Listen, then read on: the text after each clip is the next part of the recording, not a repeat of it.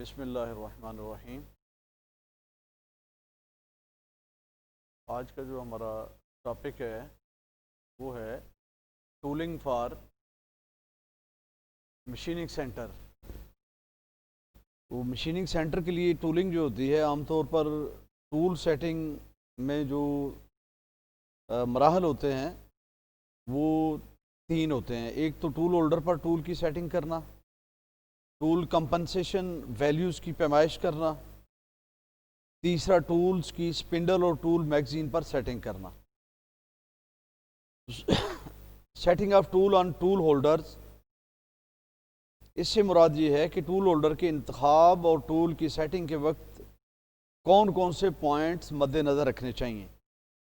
पहला पॉइंट जो मद्देनज़र रखना चाहिए वो ये है कि टूल होल्डर का इंतखाब करते वक्त ये बात ज़हन में रखें कि वो टूल के लिए मुनासिब है और होल्डर में इतनी रजिडिटी हो, मजबूती हो कि वो कटिंग फोर्स को बर्दाश्त कर सके। दूसरे नंबर पर टूल्स के एक्सट्रूडेड पार्ट्स जो होते हैं उनकी लंबाई कम से कम होनी चाहिए, यानी टूल जो एडाप्टर से बाहर निकला हुआ है उसकी लंबाई कम से कम होनी चाहिए। तीसरे नंबर पे टूल को मजबूती से टाइट करना ताकि वाइब्रेशन ना हो और कटिंग के दौरान टूल लूज ना हो जाए, ढीला ना हो जाए। चौथे नंबर पे हमने ये काम करना होता है कि टूल स्टड इस्तेमाल करें ताकि टूल शैंक और टूल होल्डर की जो वियर टियर है, जो घिसाव है, वो कम से कम हो। इसके बाद जो इम्पॉर्टेंट इसमें मशीनिंग सेंटर की टूल सेटिंग के लिए एलिमेंट है वो टूल कंपनसेशन वैल्यूज़ की पैमाइश है। और टूल कंपनसेशन वैल्यूज़ मालूम करने की टूल के कुतर यानी डायामीटर और लंबाई यानी लेंथ की पैमाइश टूल प्री सेटर के जरिए की जाती है। अब इसको ज़्यादा डिटेल से हम देखते हैं कि tool part checking station measures workpiece and tool so that the computer can compensate for variations and tool wear। जो टूल होता है उसके लिए टूल और पार्ट दोनों के लिए चेकिंग स्टेशन होता है मशीनिंग सेंटर के ऊपर, और ये चेकिंग स्टेशन जो है ये वर्कपीस को भी मेजर करता है और टूल को मेजर करता है कोऑर्डिनेट्स के लिहाज से कि इसका जो अपना कंप्यूटर के ऊपर जो है वो इसका रिकॉर्ड बन जाए कि टूल की जो कटिंग के दौरान जो टूल वियर की वजह से वेरिएशंस पैदा होनी हैं उनको कंप्यूटर जो है वो अपनी प्रोग्रामिंग के जरिए से उसको सेट कर सके। तो ये एलिमेंट, पहला एलिमेंट होता है टूल पार्ट चेकिंग स्टेशन। दूसरा एलिमेंट होता है मशीनिंग सेंटर के ऊपर touch probe. Touch probe pressed against a workpiece or tool to measure its exact size and position। Touch probe का मतलब ये होता है कि इसका मकसद ये होता है कि ये टूल के साथ इसको टूल को वर्कपीस के साथ टच किया जाता है और उसको पहले टॉप से टच किया जाता है, फिर साइड से टच किया जाता है, फिर दूसरी साइड से टच किया जाता है, और वहाँ पर हर टचिंग के दौरान जो वैल्यूज़ होती हैं वो कंप्यूटर उनको सेव कर लेता है। और अब वो जब वैल्यूज़ सेव हो जाती हैं तो वो वैल्यूज़ जो हैं वो फिर दोबारा हमारी प्रोसेसिंग मशीन का जो ऑपरेशन होता है उसके दौरान इस्तेमाल होती हैं। अब यहाँ पर टच प्रोब जो है वो किस तरह से काम करती है। अब यहाँ पर इस फिगर में देखिए कि एक्स वाई डायरेक्शन के अंदर पहले हमने एक्स डायरेक्शन के अंदर जो टच प्रोब है उसको टच किया वर्क पीस के साथ, ये वैल्यू हमारे कंप्यूटर ने नोट कर लिया है, इसको हमने सेव कर दिया है।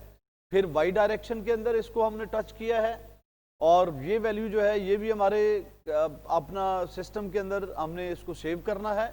और फिर जेड डायरेक्शन के अंदर टूल को वर्क पीस की जो सरफेस है उसके टॉप के ऊपर हमने टच किया और हमारे वर्क पीस के ऊपर इस touching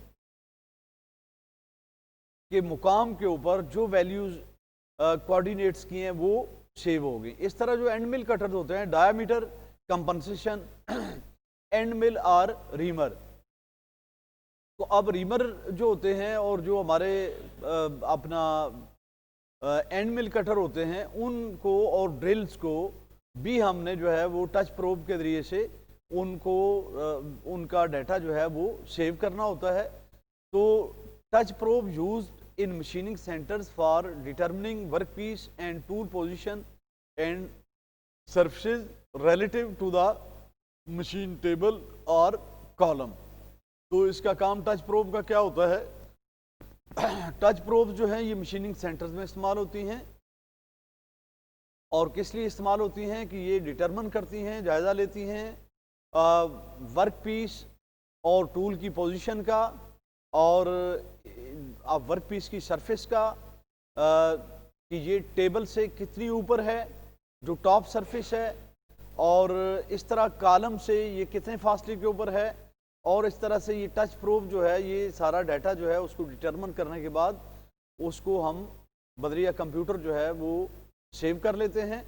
touch probe determining the X Y horizontal position of the work piece, determining the height of a horizontal surface, determining the planar position of the surface of a cutter. For instance, for cutter diameter compensation, तो ये जो तीन पोजीशनें आपको मैंने बताई हैं, x Y direction में, Z direction में, और इस तरह एंड मिल की जो है वो एक्स डायरेक्शन में, वाई डायरेक्शन में, और ड्रिल की या रीमर की जो टूल की लेंथ है उसको टच प्रोब के जरिए से हम चेक करने के बाद उसको सेव कर लेते हैं, ताकि वो काम के दौरान जब टूल वियर होती है तो उसको कंपनसेट किया जा सके। उसके बाद आगे चलते हैं जी। तो अब ये मेजरमेंट और एडजस्टमेंट कैसे होती है। अब ये देखिए कि ये जो फासला है, ये फासला एक होल बना हुआ है, होल के एज से लेकर जो हमारी प्लेट है उसकी कॉलम तक का फासला है, ये फासला मुख्तलिफ है, ये फासला मुख्तलिफ है, और ये फासला मुख्तलिफ है। तो ये तीनों होल्स के ये जो फासले हैं, एक तो इनको हमने सेव करना होता है, दूसरा हमने ये देखना होता है कि जो हमारा होल है उसका सेंटर कहाँ पर वाक़ होगा। तो उससे हमें जो होल का जो डायामीटर है वो हमने एडजस्ट करना होता है।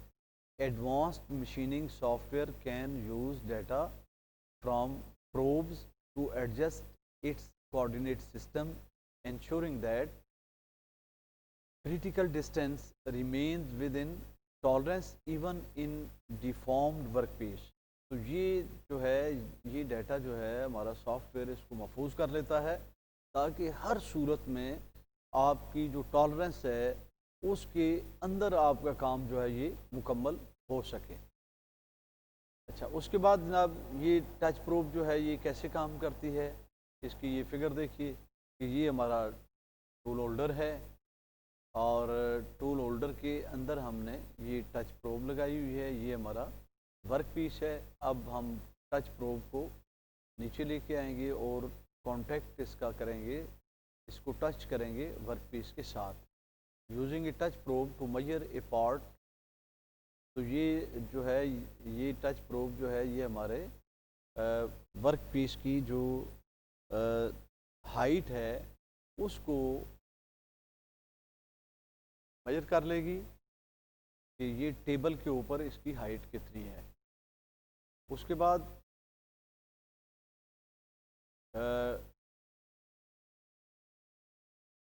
टच प्रोब से लिया गया डाटा जो है ये सारा हमारा मशीन का जो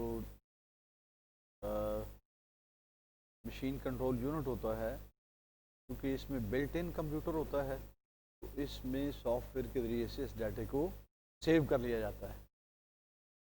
मशीनिंग सेंटर जो होते हैं इनमें